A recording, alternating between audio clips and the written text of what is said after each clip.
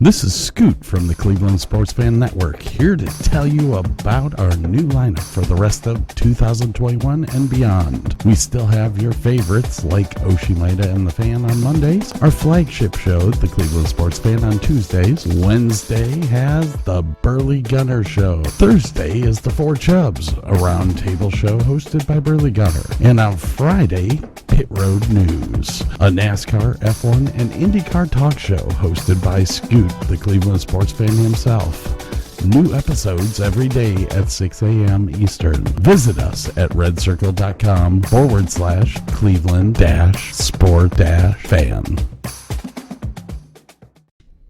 Welcome to the Cleveland Sports Fan.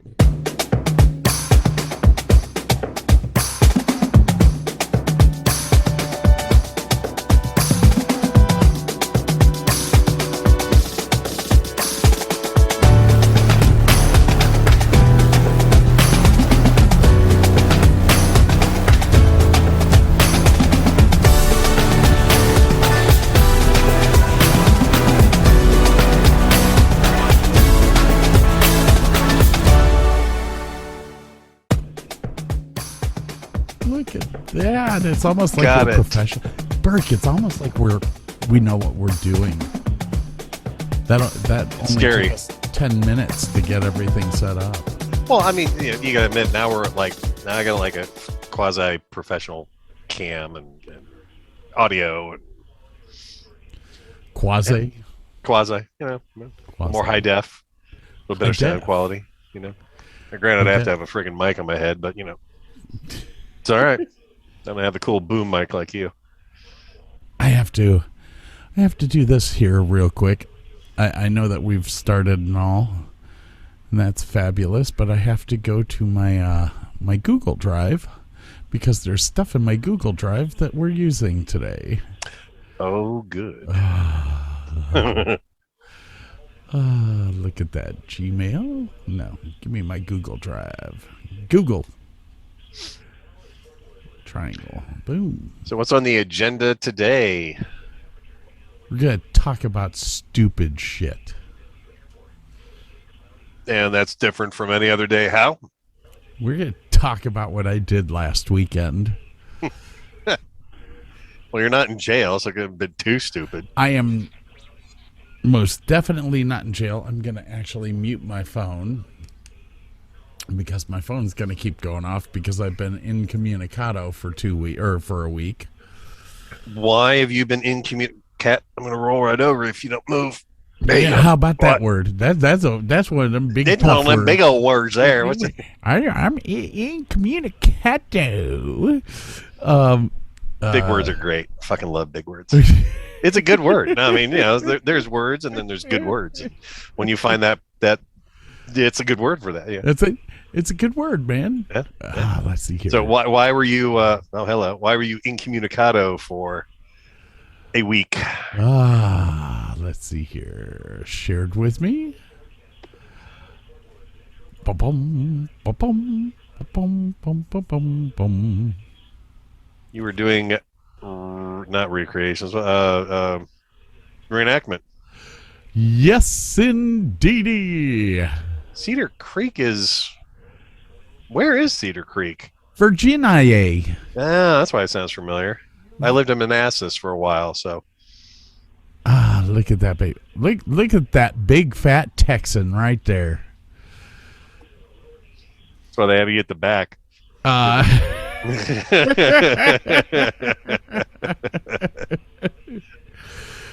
When you're playing tug of war, you're the guy at the end of the line, aren't you? Yeah. They call that an anchor.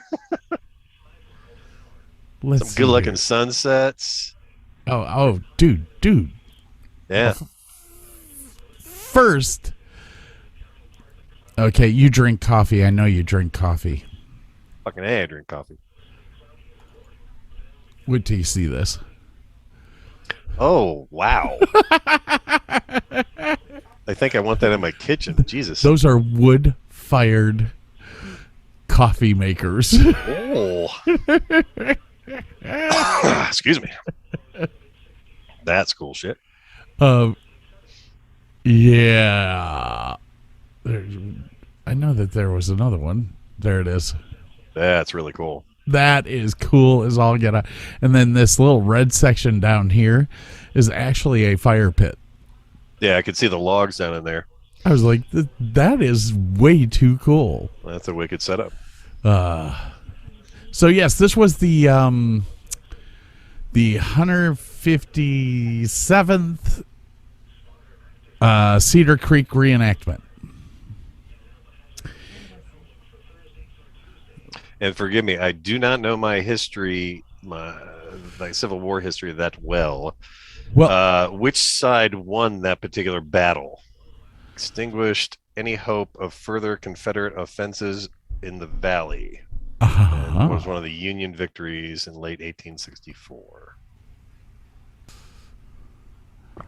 And the weather has turned decidedly cool here in Ohio, so I may have to go get some things for my feet and legs. No, look at that. Look at how old I look. That's actually me. I was going to say that. That's a good picture of you.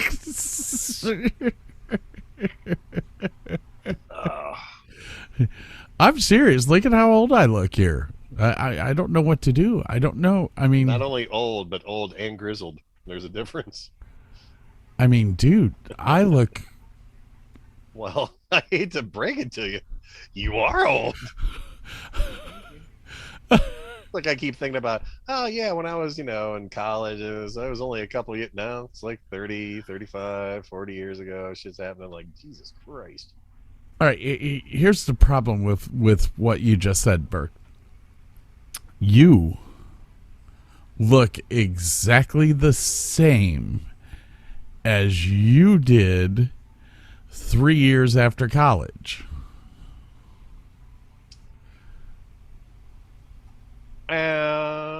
Ish. I mean, I had some hair, and then I said screw it and went all bald. And being a little on the heavy set does fill in the wrinkles, which I'm. I do not ever remember you having hair, even though I know that you had hair when you and I met. But yeah, well, I remember it not. So as you can see, this was my weekend over the past week, or what I did over the past week, and of course nothing is opening up now. Yeah, look at that baby.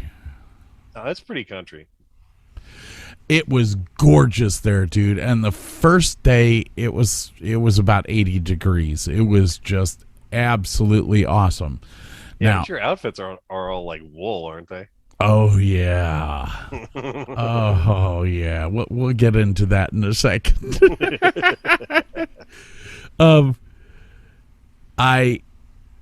I was very happy with that though, because I've been to Cedar Creek before. Mm-hmm. And the Cedar Creek reenactment is always done in October. The last time that I came to Cedar Creek, it never got above 34 degrees.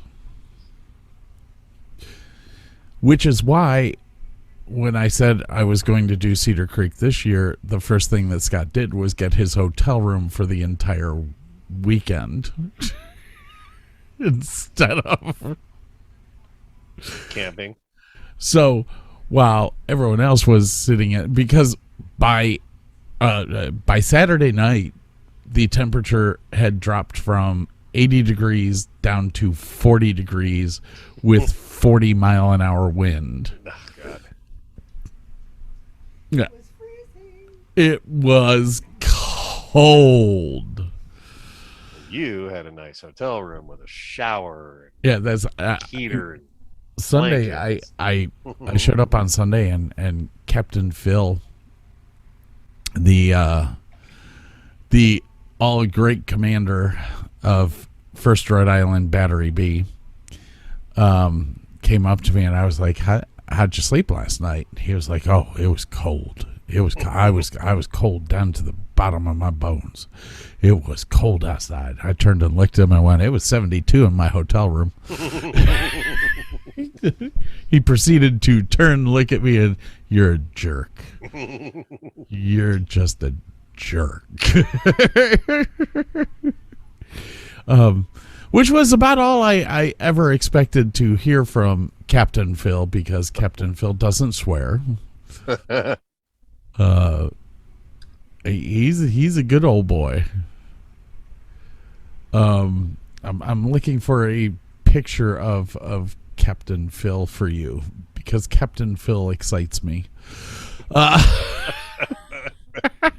little man crush on Captain Phil, do we? Here we go. Oh, hey. Forgive me. I have a podcast to do shortly here. Yeah, there we go. That is Captain Phil. Ah.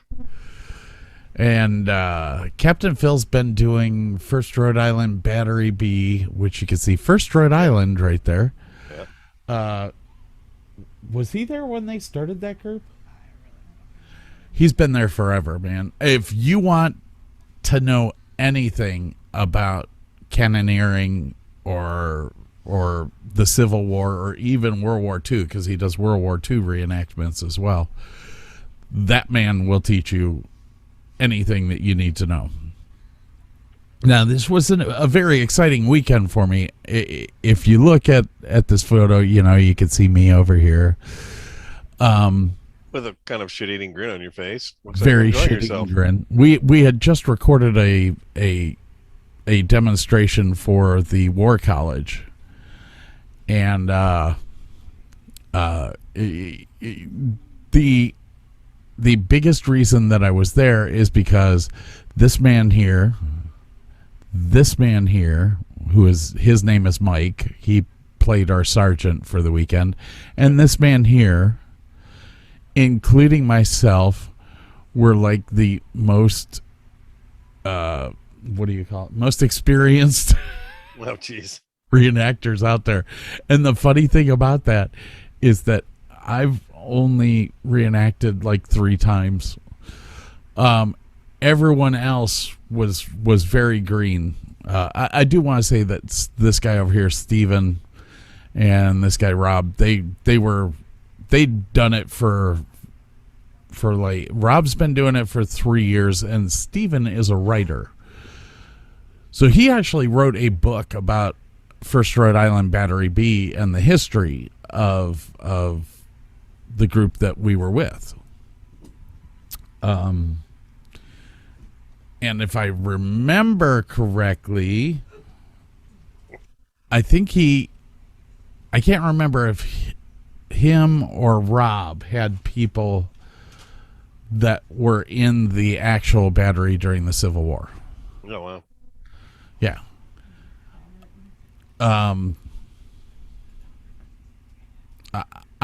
I will say it's look at that. There's a serious face. Look at that. Oh, so intense.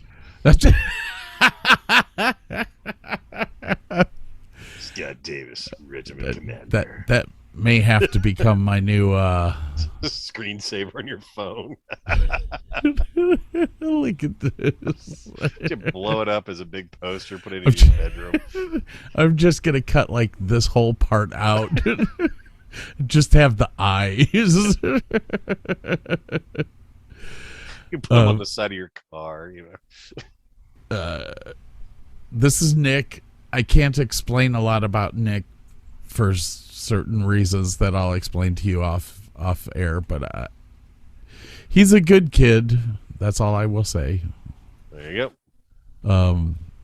That was okay. So this guy here, Steven, guess how old he is? I'd probably say 60. 70 years old. Damn. Probably one of the strongest guys. I like literally him and myself moved the cannon by ourselves the one time.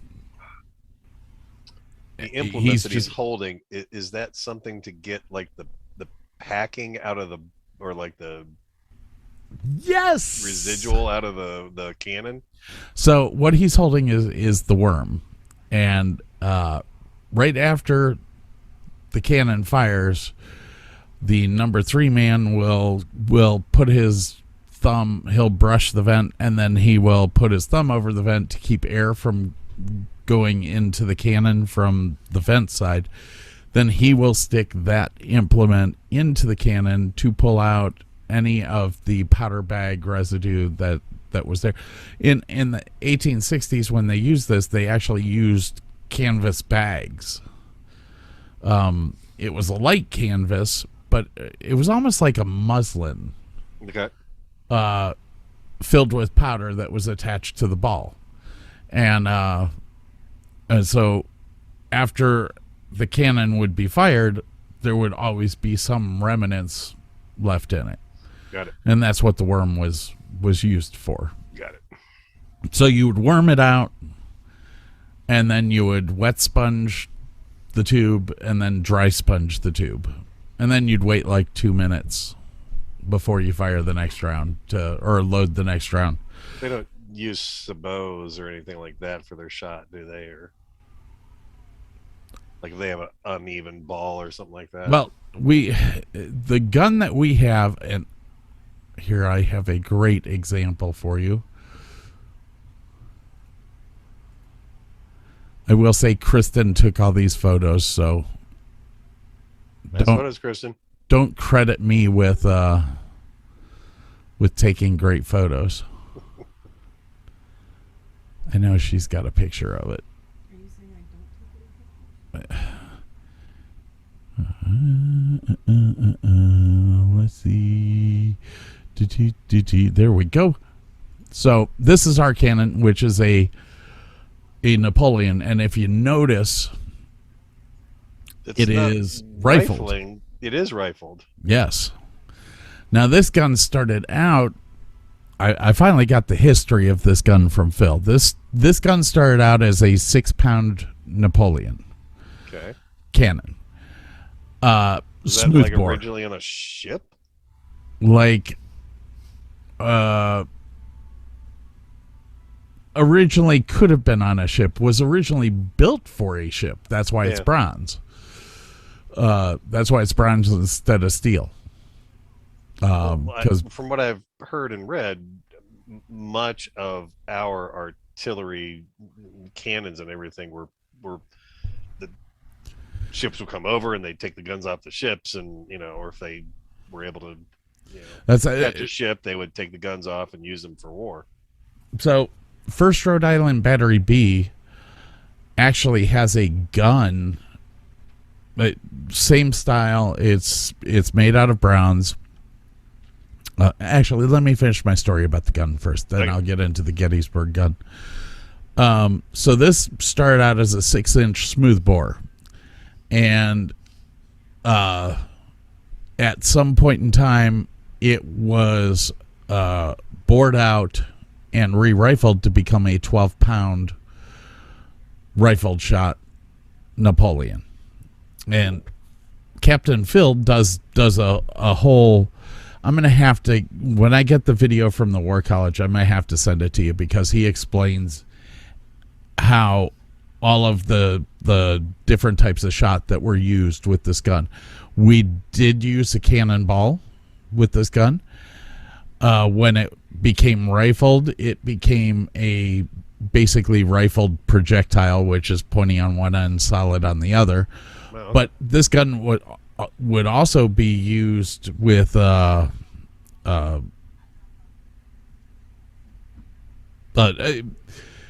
of the types of shot that was used in it was a ball that had explosives inside of it. Gotcha. Okay. Of which the guys that were tending the limber, they would set the fuses for whatever time they wanted that fuse to go, so they could actually shoot it over infantry people, have it explode, and cause shrapnel to go through all the people. The other type of shot that they had was called a canister shot, and I think this one kind of, I looked at it and went, that's just evil. It is a can, a number 10 tin can filled with buckshot. Oh, God.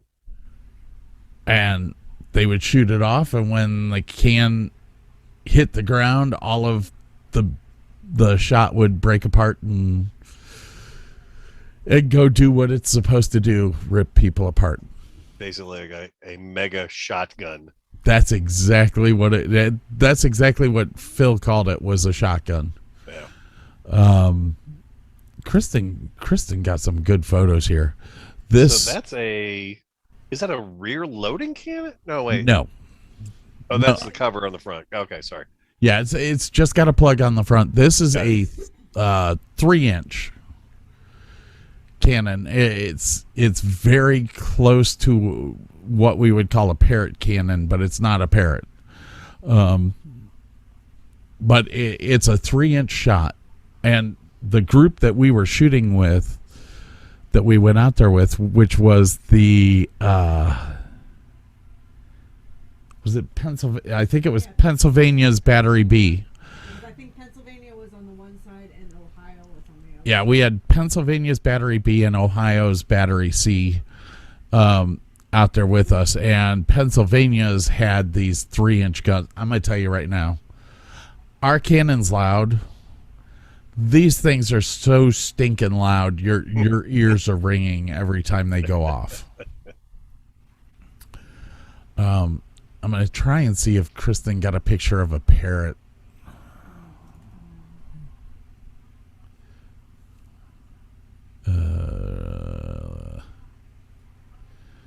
No, those are both 3-inch. I think I only got ours And I don't think people, unless they've been there, have any clue how loud and like feel it in your chest those things are. I mean, I've never been around a big one. My buddy up in Copley has a tiny brass cannon, and it might be 6 or 8 inches long, and it might have a 2-inch, but they load it up with some, black powder and everything. It's loud as fuck, and you feel it like in your chest, and like, okay, that's a little tiny toy. These things are monsters. Now, those are steel, aren't they? All right, so this one here, this one is the parrot. Gotcha. You took it. Here's a Napoleon. Here's this a 3-pounder, and this right here is the stinking parrot, and that's got to be the world's loudest gun. It's got like a fat end back here. Yeah, I can see the back end is huge on that. Yeah. I mean, I'm sure that's where all the pressure is, so that's where you want all the reinforcements, but still, that thing's monstrous on the back end. You can put some major shot in that thing. All I can say is that thing was so stinking loud right here. That was right before we were setting up for Sunday's fight. Yeah.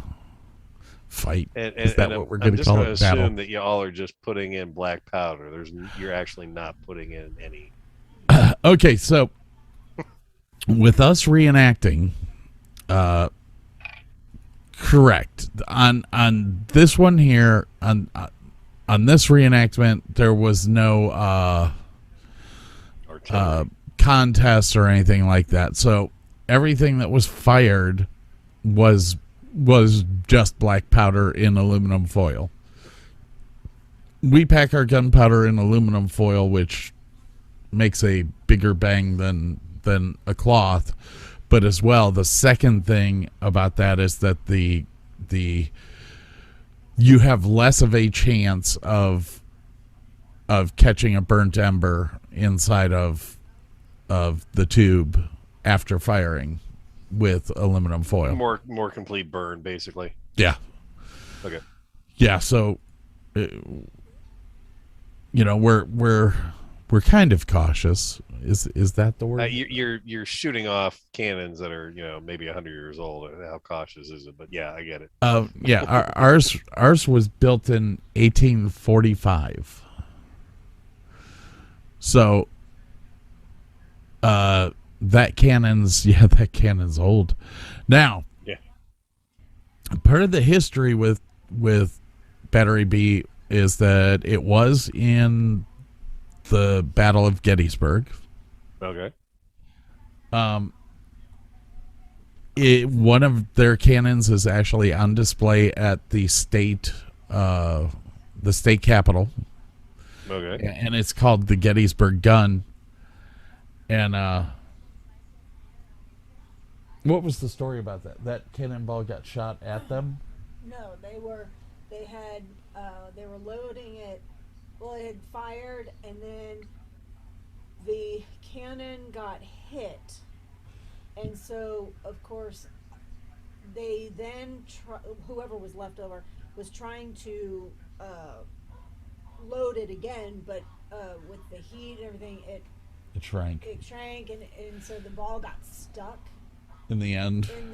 This is Scoot from the Cleveland Sports Fan Network, here to tell you about our new lineup for the rest of 2021 and beyond. We still have your favorites like Oshimida and the Fan on Mondays, our flagship show, the Cleveland Sports Fan, on Tuesdays. Wednesday has the Burley Gunner Show. Thursday is the Four Chubs, a roundtable show hosted by Burley Gunner. And on Friday, Pit Road News, a NASCAR, F1, and IndyCar talk show hosted by Scoot, the Cleveland sports fan himself. New episodes every day at 6 a.m. Eastern. Visit us at redcircle.com/Cleveland-sport-fan.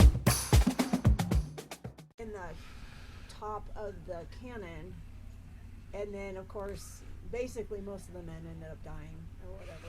Oh, jeez. So it never got fired. You'd have to look up all the details. That's what I'm doing. I should know it 30 years later, but I don't know all those details. But yeah, it got hit, so the cannonball would not fit through because it was also really hot and everything.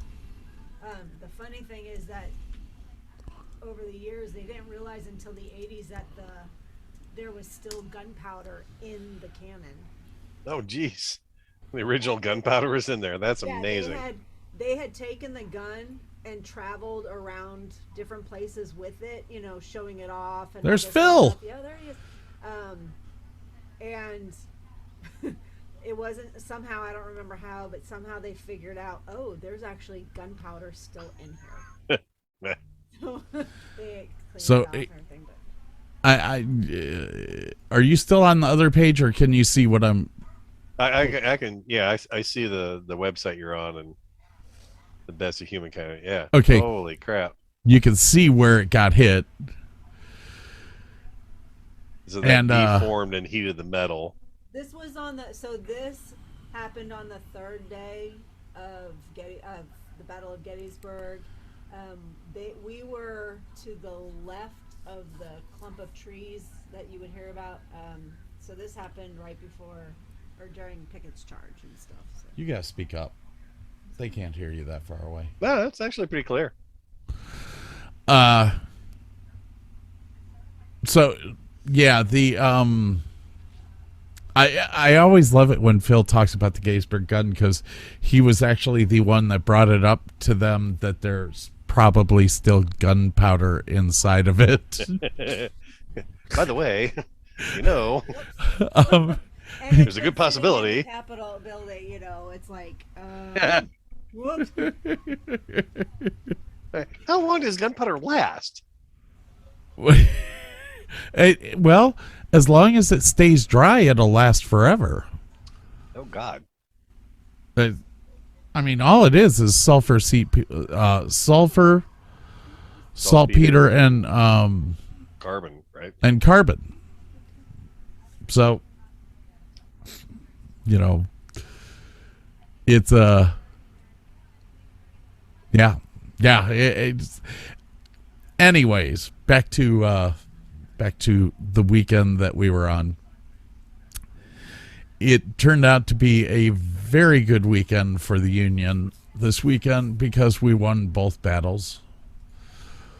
I got yelled at for coming to the battlefield without being in full uniform, which I promptly explained to the guy I'm not in full uniform because there's a hole in my pants.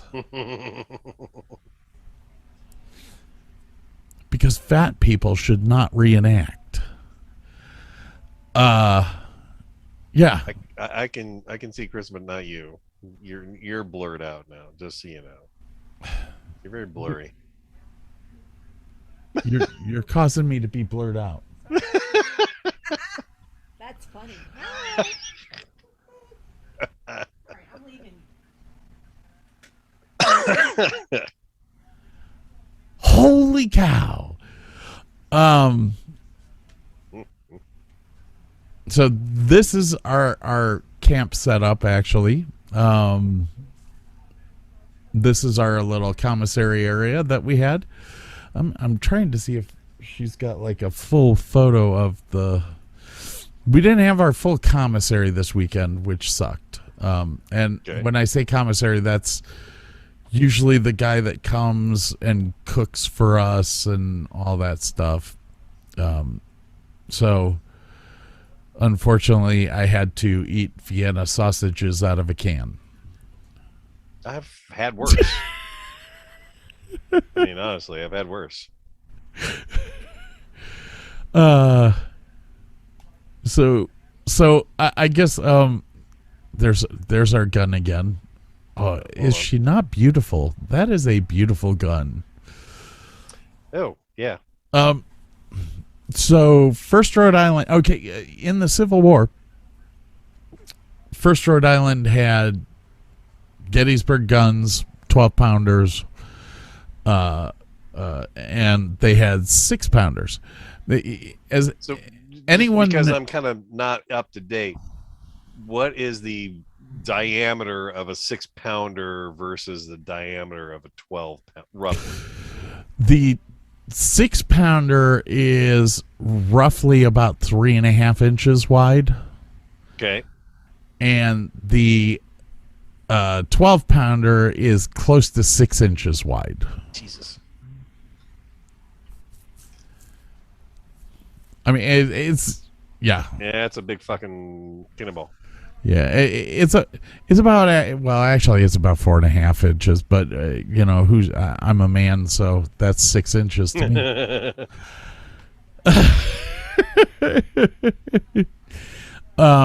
But as you know, like as the Civil War went on, when a group was decimated or killed off, you know, their guns went someplace else. So by the end of the Civil War, there was a hodgepodge of guns in each battery.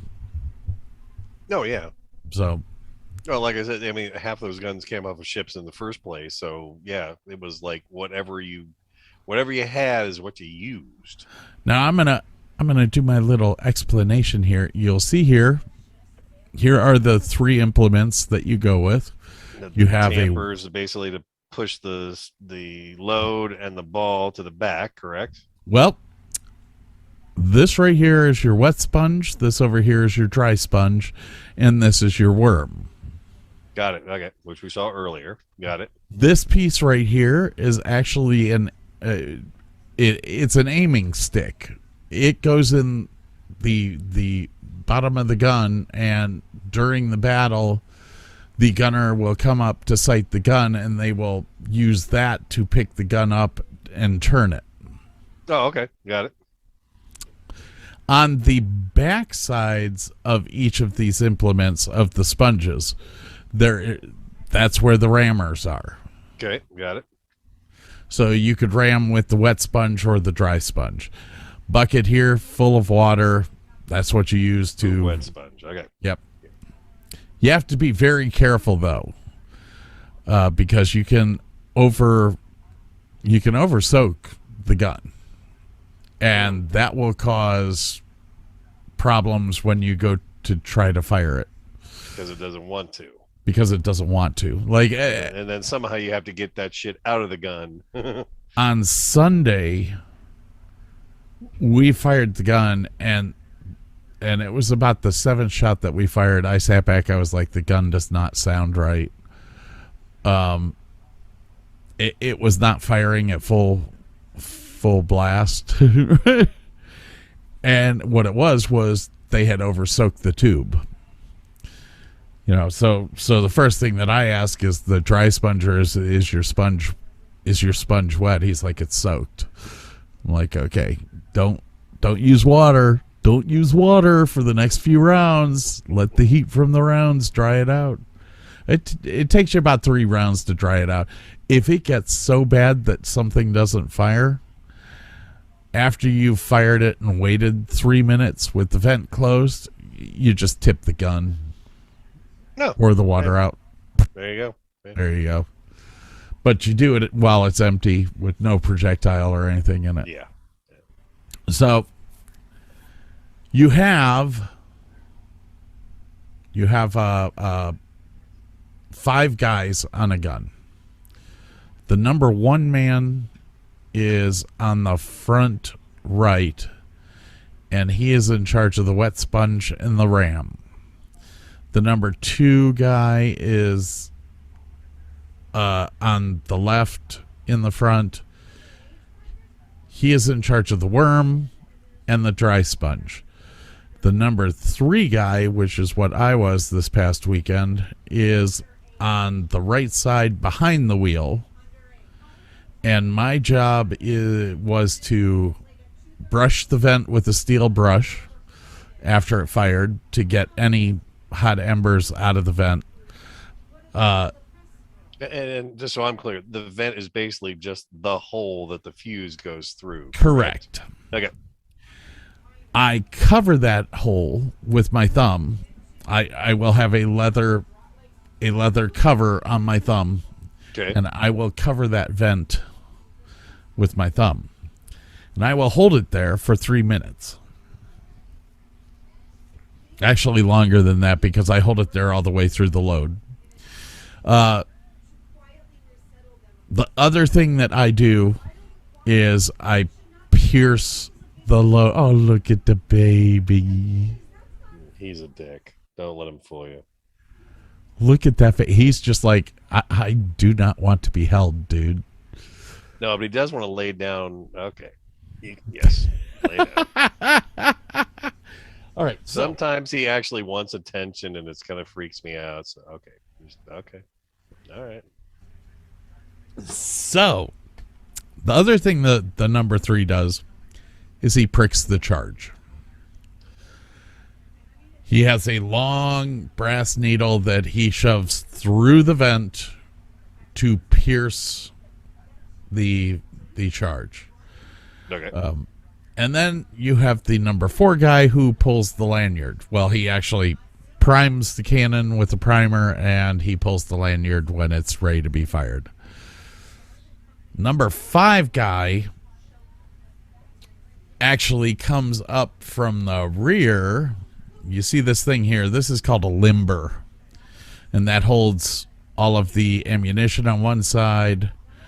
On the other side, it holds all of the implements and tools that you would use for anything that happens.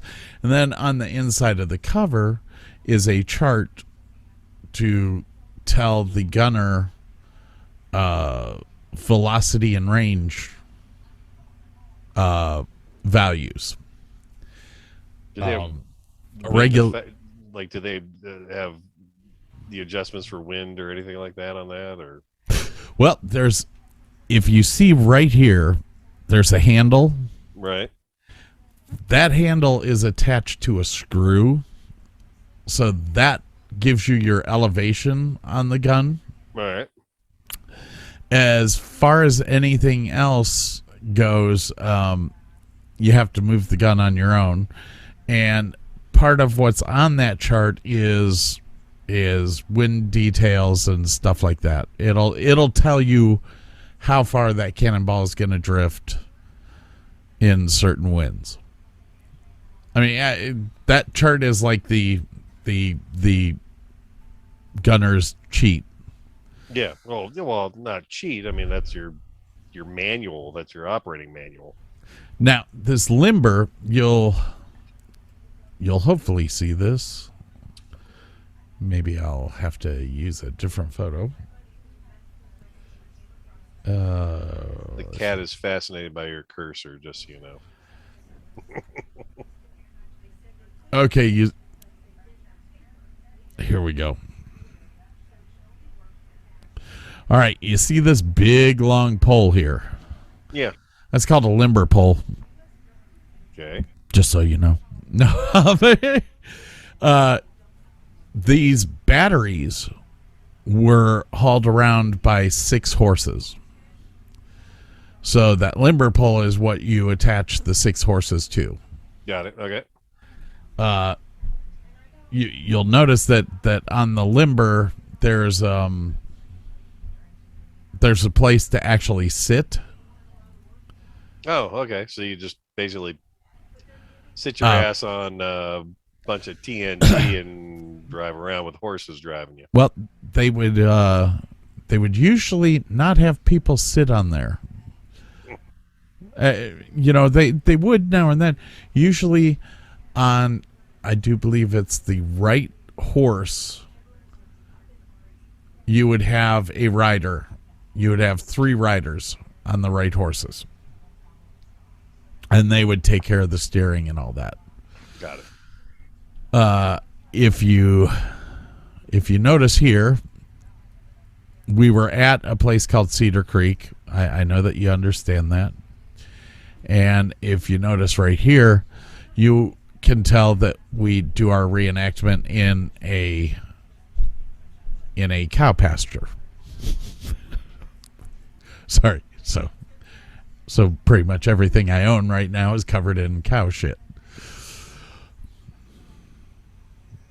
And I've lived in West Virginia. I get it. Yeah, buddy. So that was my exciting weekend. Oh, that's a good picture of the cannon right there. I don't know. That you can see the rifling there. Yeah.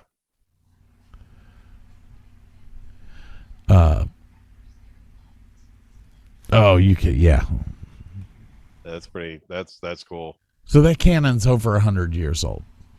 It's 150 years old. It's not even steel. It's bronze. Yeah. It's a bronze gun. It's fucking amazing. And she doesn't have a good picture of it.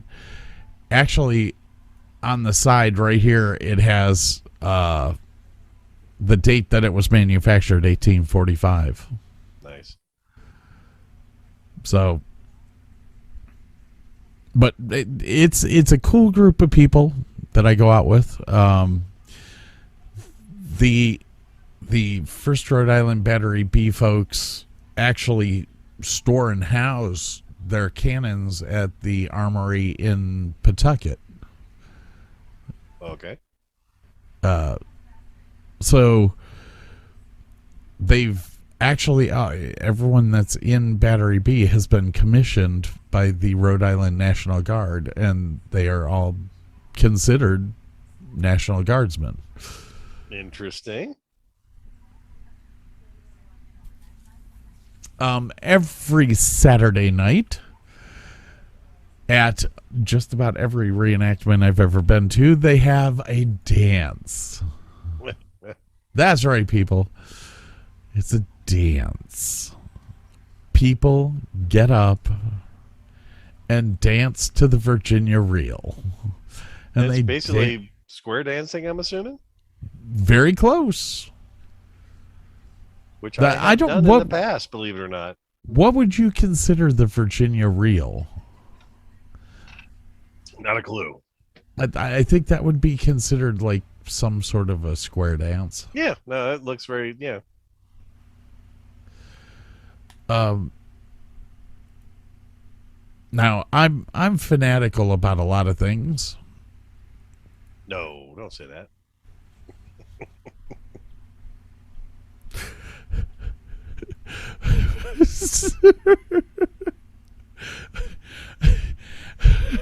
Okay, so here's how geeky Here's how geeky I am. You see this guy, he's actually driving a cart with a tractor. I saw him pulling up and I'm like, oh my gosh, it's a Farmall M. I was all excited. It was a Farmall. I'm like, man, I am such a geek. I even knew what type of tractor he was driving.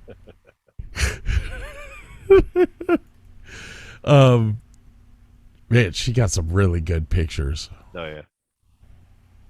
Well, that one's a little bit wonky. Low light stuff kind of sucks. Yeah. Oh. This is Scoot from the Cleveland Sports Fan Network, here to tell you about our new lineup for the rest of 2021 and beyond. We still have your favorites like Oshimida and the Fan on Mondays, our flagship show, the Cleveland Sports Fan, on Tuesdays. Wednesday has the Burley Gunner Show. Thursday is the Four Chubs, a roundtable show hosted by Burley Gunner. And on Friday, Pit Road News, a NASCAR, F1, and IndyCar talk show hosted by Scoot, the Cleveland sports fan himself. New episodes every day at 6 a.m. Eastern. Visit us at redcircle.com/Cleveland-sport-fan.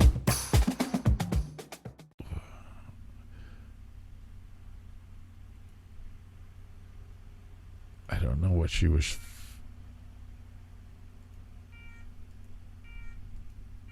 Don't know. Did a 1-second video and it just stuck there. All right, Kat, you are way too interested in that cursor, this? And you have to know the cursor because this cat loves to jump at my screen and knock it over. And you're being really effective. Why? It's so rare that this cat is not a total asshole. I have problems putting him on the floor when he's like this. All right, will you go sit in your perch? Huh? Will you go sit in your perch? Why, no, he won't. Well, he gets to look outside at least. There you go. Oh, that hurts. So that was the excitement of my past week. Nice. And how have you been doing? I have been doing okay. I just realized, since you were showing that stuff, that I have Google Photos and I have no idea how to share. Well, there should be a button that says share screen. Let's see. Like if I'm on my Google Photos page, for instance. Well, when you click share screen, another screen is going to come up and it's going to say, which screen would you like to share? Reactions, apps, participants. It should be right next to participants. Actually, it should say security, participants, chat. I don't know. Well, I got participants, chat. Oh, there. It's right there. Host disabled participant. Oh, you won't let me share my screen, you rat bastard. Hang on. Advanced sharing. Who can share? All participants.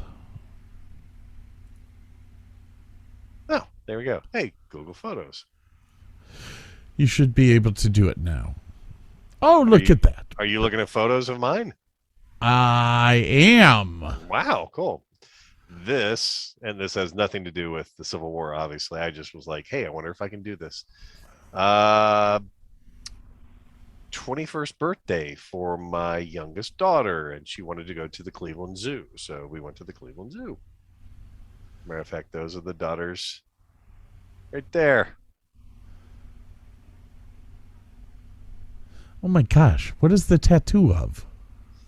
She has several. That is a wolf tattoo. I believe she's got a dragon and ivy tattoo on her back to cover her scars from her surgery for scoliosis. She's got something on her arm now that I don't think she had at that time of filming. Okay, and your youngest daughter, what was her name again? Mackenzie is on the left. Samantha is on the right. Samantha. Yes, I remember Sammy, Samantha. I never met Mackenzie. Sammy Davis Jr. and Mac Davis are my two children. Just I've got to get rid of half of these car photos. Flipping A. I kind of like the red car down on its. Yeah, that was somebody came and stole rims off of cars at work one day. Not the first time, not the last time. It did happen. So the cat loves to drink out of the faucet. I don't know why, but yeah. Oh my God, I love your cat. Oh, God, he's got issues, but then again, who of us? And this is actually what I was doing today. I was wrapping this mummy for Bob and Mary's Halloween party. This is from a couple years ago, but that's what I was doing today. For whose Halloween party? Bob and Mary are these folks that live out in Copley, the ones that have the boat and have the yellow car and all that kind of fun stuff. Gotcha. Yes. What other cool stuff do I have? These are this. I have a black Civic. I want to put this on my car at some point in time. You do understand the reference, right? I do. Okay, good. That black Honda is awfully spicy. Yes. So these are photos of sunset on Lake Erie, actually, on the boat. Not horrible photos. Oh, I am going to have to buy a boat now. I mean, even Lake Erie is kind of cool.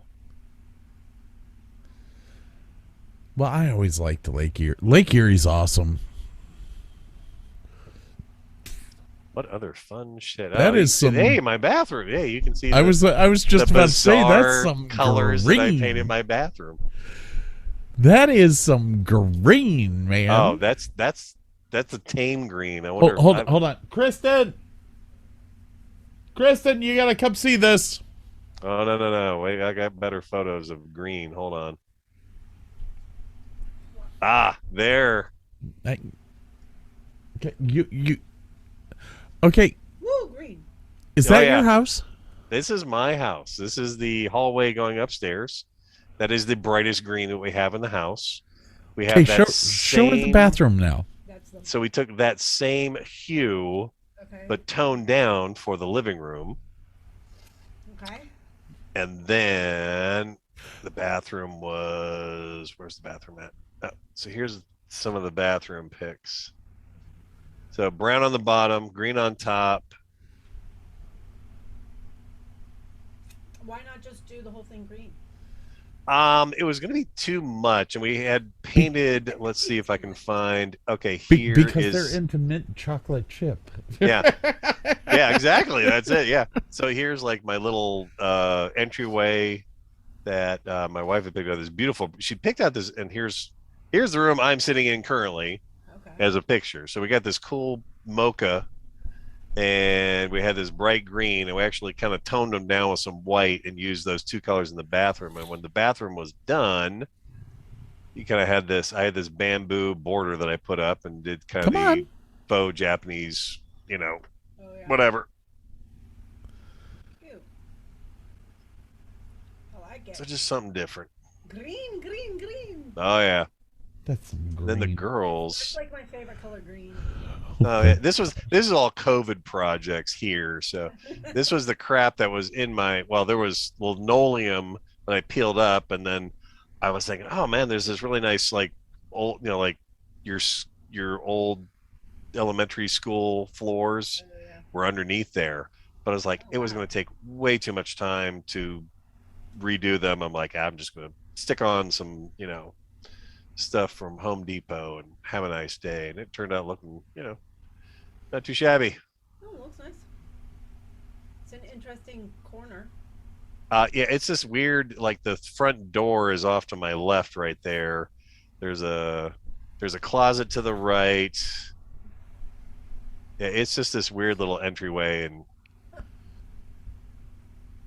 Yeah, you can see at the very bottom of the picture. That's the front door of the house.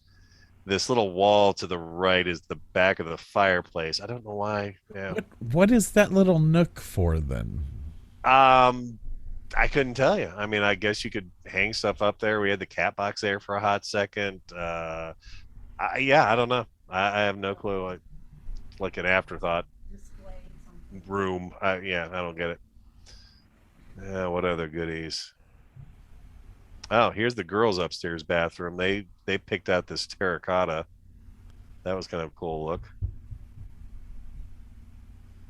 Oh, I like that. Yeah, I do too. Let's see. La la la la la la la. Oh, here's the upstairs. That's the bright green. The bottom of this was mauve, and there was this flower print that broke up the two lines, which I couldn't stand. So we said, "Oh, that is green, dude." Oh yeah, well, I tell you what, the cool thing is, in the afternoon, the sunlight comes in through that window, and it just lights everything up. It looks great. It really does. We're like, yeah, there's the original color. Yeah, that's the original color. Oh. Yeah. Oh, that's not mauve. That's like that cheap ass purple that they put on race cars so that you can see them on TV. Yeah. And the living room was this light blue, which I just can't do it. These are the girls getting their hair shaved off for St. Baldrick's, which is I believe, for cancer awareness or something like that. Yeah. So there's the girls before their haircuts. There's the girls after their haircuts. Oh. Like dear old dad. There's a picture of Bob. There's Bob, who owns the boat. He loves to dress up as a pirate. Okay, but wasn't that the guy that dressed up as a woman next to you in one of those photos? No. That was Bob's party, but that was not Bob. There's that Triumph I sent you the picture of the other day. Oh, look at that baby. Now, is that the one at your shop? Yeah. That's the one they're trying to put a Civic engine in, and it's kind of fallen on they don't give a fuck times now. Yeah, there we go. So this has got to be the 24-hour of Le Mans. There's the yellow Sprite that you saw in that one race. There's Bob. I don't know who he's talking to. That is in the foreground. There is Kira. That is Carl's daughter. Oh, really? Yes. So Carl knows Bob too. Also. Oh yeah, they've known each other for quite a while. Bob and Carl knew each other before I met Bob. Let's see. Oh God, this monstrosity. Oh my Lord. I had to take a picture. I was driving to work and saw this thing in front of me and said, "Got to take a picture." Posted it on Reddit under battle cars. It was or shitty car mods. I'm not sure which. Oh my gosh. There's Sam getting her first loan on her first car, or her first car that she bought. So, hey, but she bought it on her own. Well, the old man co-signed for her, but yeah. So yeah, this is, let's see, 2019. So this will be the party I'm going to Saturday night. They have some killer pumpkins. Oh God. That's the guy right there. There he is. That was my pumpkin. America. That is one of Bob's sons on the left, I believe. It was the People of Walmart, I believe, was that one. I'm not quite sure. And one of his sons had gotten married, and somebody made them this wedding cake, which is fucking awesome. Oh my gosh. Oh God, this is the bathroom. Originally, my downstairs bathroom, the green one, had one light in the ceiling. It was one 60-watt bulb in the ceiling. So when you looked into the mirror, your face cast a shadow on the mirror. You couldn't see shit. So I'm like, wait a minute, I got power. I got that outlet that was in the bathroom already. I'm like, wait a minute, I got power. I can do this. So I pulled out the mirror and the vanity stuff right there. Bought a couple of the. Did I go backward? Yeah. Bought the switch. Downloaded my little make sure I don't fuck up diagram off the internet to make sure I'm wiring it correctly. Popped in that stuff there. Boom, boom, boom. Yeah, look at that. That looks professional, doesn't it? Yeah, that looks like somebody who knew what they were doing. Yeah, scary. Yeah, and then I love the GFC outlets that they make now because they have LED night lights built in. So anywhere you have a GFC outlet, you can replace it with a built-in night light, so it doesn't have to take up a fucking spot of one of your plugs. The best invention ever. You gotta love that. Oh yeah. Now, this was the outside of the house. Yeah, this was the damage that the drunk high guy did when he hit my house with his car.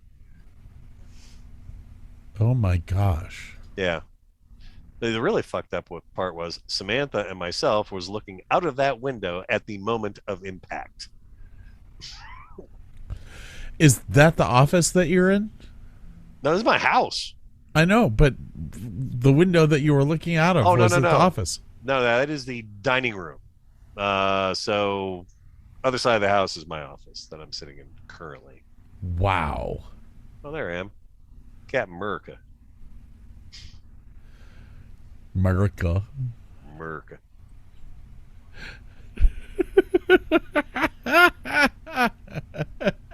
Oh, hey. Let's see. The guy on the left, that's the guy that hit my house. And I'm not 100% sure that has always been a girl that he's next to, but yeah, whatever.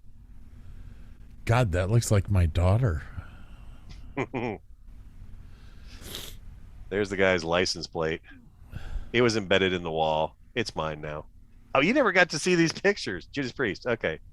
So there's the wife's car that was hit twice and totaled out.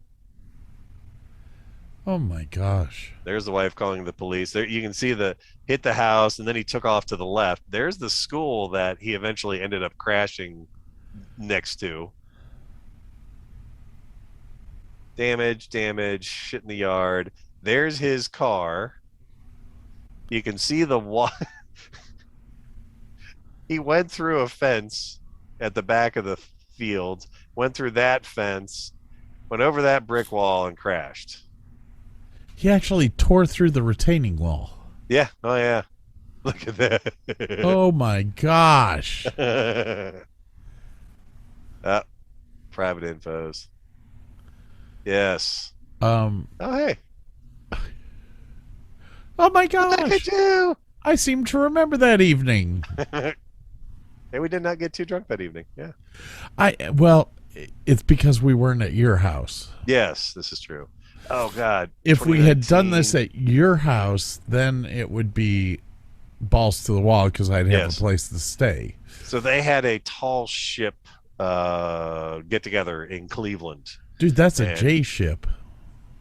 And was invited up there with Bob and Mary on the boat. So we actually got to sail with some of these guys. That is the trimaran right there. Docked right behind the Rock and Roll Hall of Fame.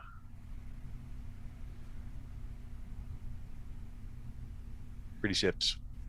Holy cow. Not a bad picture. Yeah, we were just sailing at night, sailing past these tall ships. It was the shit, man. Yeah, I said to myself, when I come back to Ohio, the first thing I need is a boat that can handle Lake Erie. Not a bad photo. I want something I can sleep on.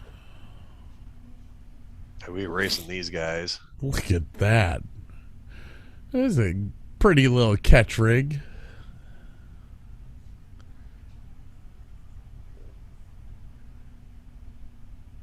Look, all that. Oh my God, all that rigging. That would just drive me up a wall. That's a beautiful boat. Oh. That is just a beautiful boat. Look at it. 1, 2, 3, 4, 5, 6. Yeah, 7. Look at them all. Oh, look at that water. Oh, nice Camaro. Every now and then somebody will stop in at work with a cool car and I will have to take a picture. This is wedding of my niece. Oh, Hey, there's that yellow car. Yep, Bob and Mary and their 2 sons. Yep. Oh, hey, it's the little cannon. Oh, It was tiny. Oh, wait, is this a video? yes. Oh, I tried doing slow motion, but it didn't go off. Yeah. I tried. I wonder if this is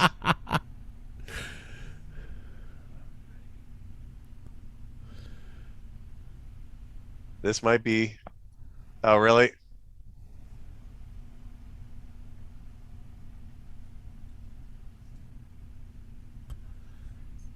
This is Scoot from the Cleveland Sports Fan Network, here to tell you about our new lineup for the rest of 2021 and beyond. We still have your favorites like Oshimida and the Fan on Mondays, our flagship show, the Cleveland Sports Fan, on Tuesdays. Wednesday has the Burley Gunner Show. Thursday is the Four Chubs, a roundtable show hosted by Burley Gunner. And on Friday, Pit Road News, a NASCAR, F1, and IndyCar talk show hosted by Scoot, the Cleveland sports fan himself. New episodes every day at 6 a.m. Eastern. Visit us at redcircle.com/Cleveland-sport-fan. Yeah. For a tiny cannon, it's fucking loud. Yeah, there's the Sprite in all its glory.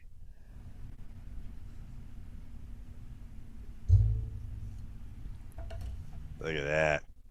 Oh my gosh, that is a beast. He does really well in it, man. Well, when it doesn't catch on fire, A or B spin out, then it does really well. Dude, look at that. That thing is nice. And here's their barn where they have their parties and everything. Decided that they had to Repel. Yeah.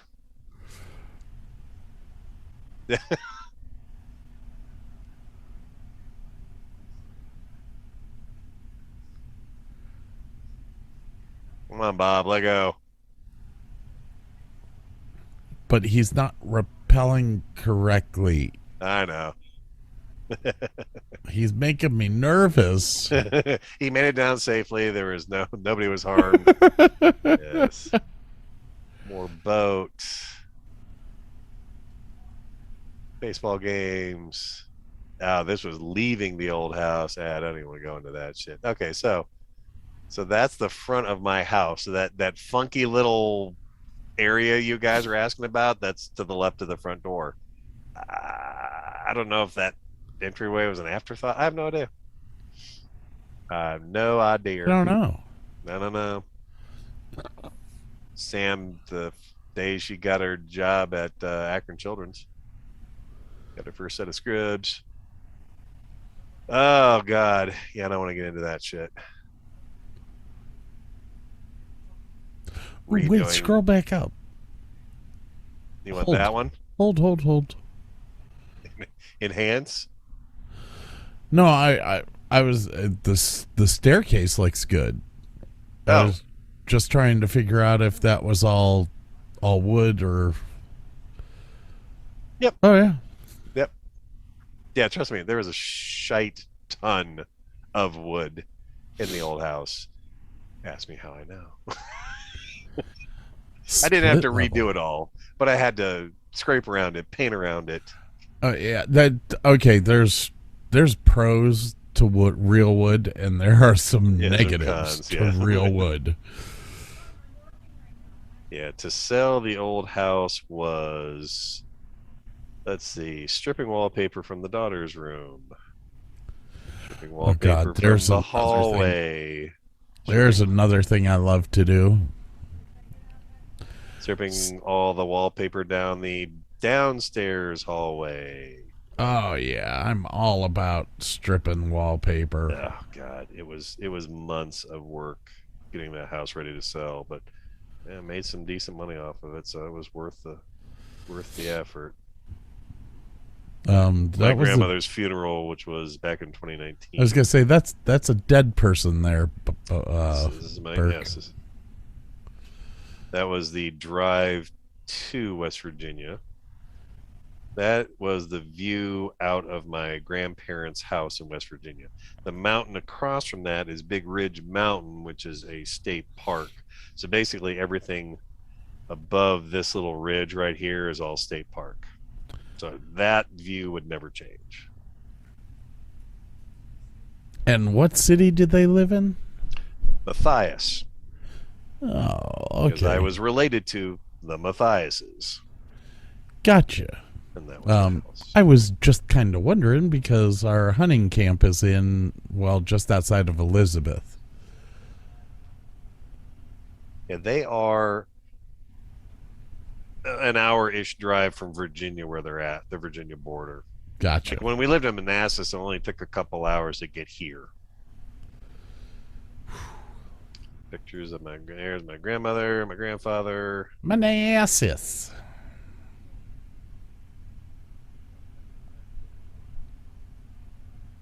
So. Oh, hi, Grandma. Yeah. There's the engagement of my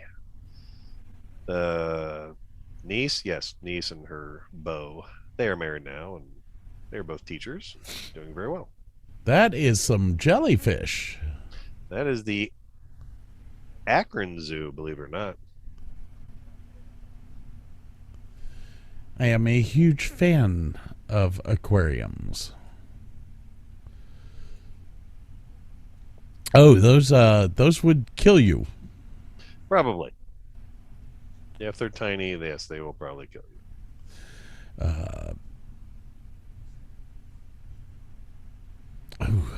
Oh yeah, more demolition of the house.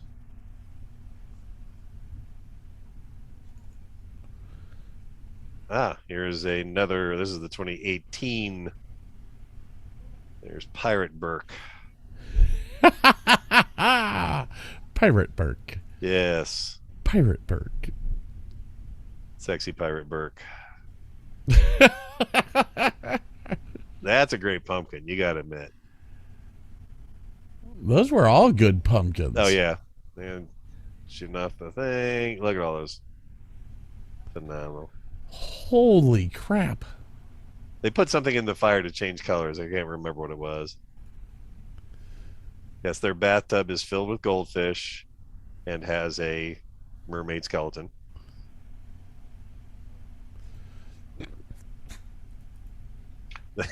Oh my gosh. Yes, you can see the jumper cables there. Werewolves. People doing pumpkin carving. There's Jenny on the right-hand side there, sitting down with the red kerchief on her head. That's Jenny? Yep. Don't recognize anybody else. So like I said, so Carl knows this guy. The judge is Aston Martin. Yeah. Who's Aston Martin? Forgive me, I do not remember his name, but he's a judge. I got an earring in, whatever. He's bought an NSX or two from us and an S2000 and blah blah blah. He lives to buy cars. It's hilarious. Order car patch I had to do in the ceiling. I blended that fucking ceiling so well. Yeah. Yeah. Oh yeah, that shit's a nightmare. Oh, Burke, that was the best job I've seen. No. So there's the square patch. There's a patch in that ceiling. See, that looks good. Yeah. Yeah, this was the before picture. That was the after picture. Yeah. Yeah, there's the hole I put in the closet. Oh, God. There's the after. Not too shabby. Not bad. Cleveburg. Oh, New York trip.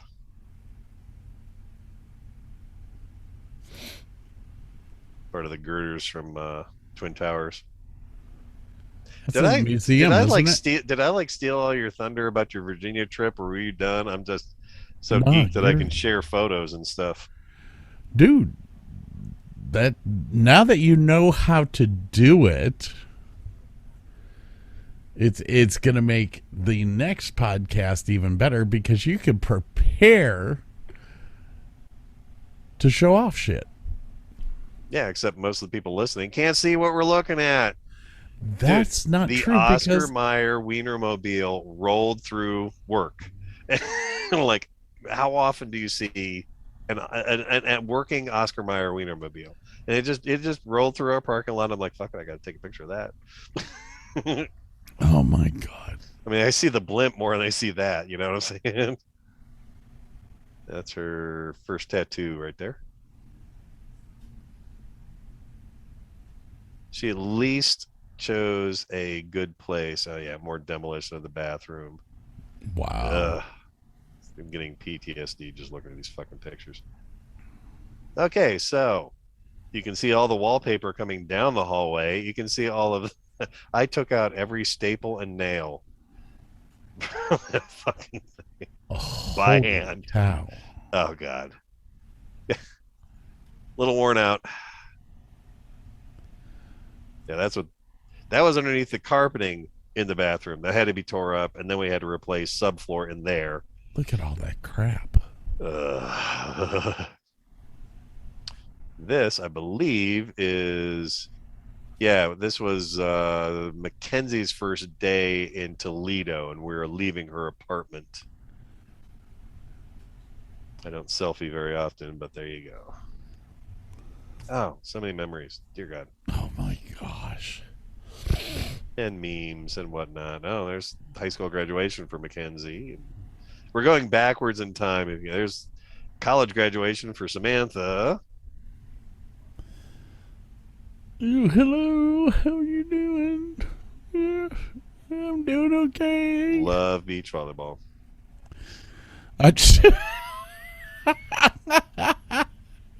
Black Panther.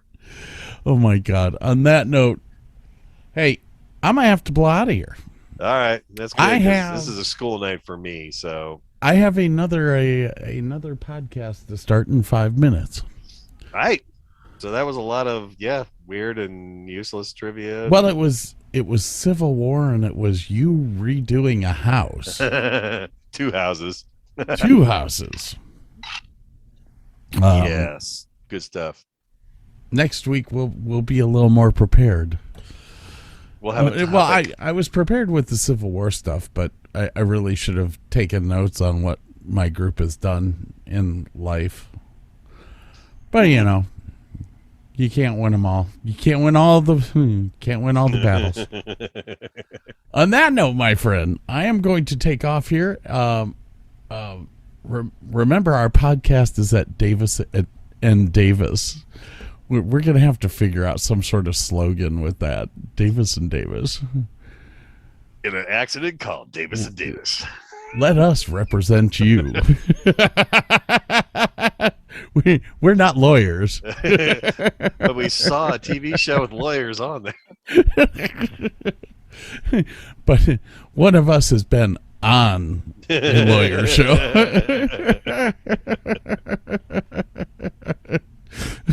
But I was the defendant and I lost. Damn. No. All right, man. I will talk at you later. Yes, you have a great evening, and we will see you later. You too.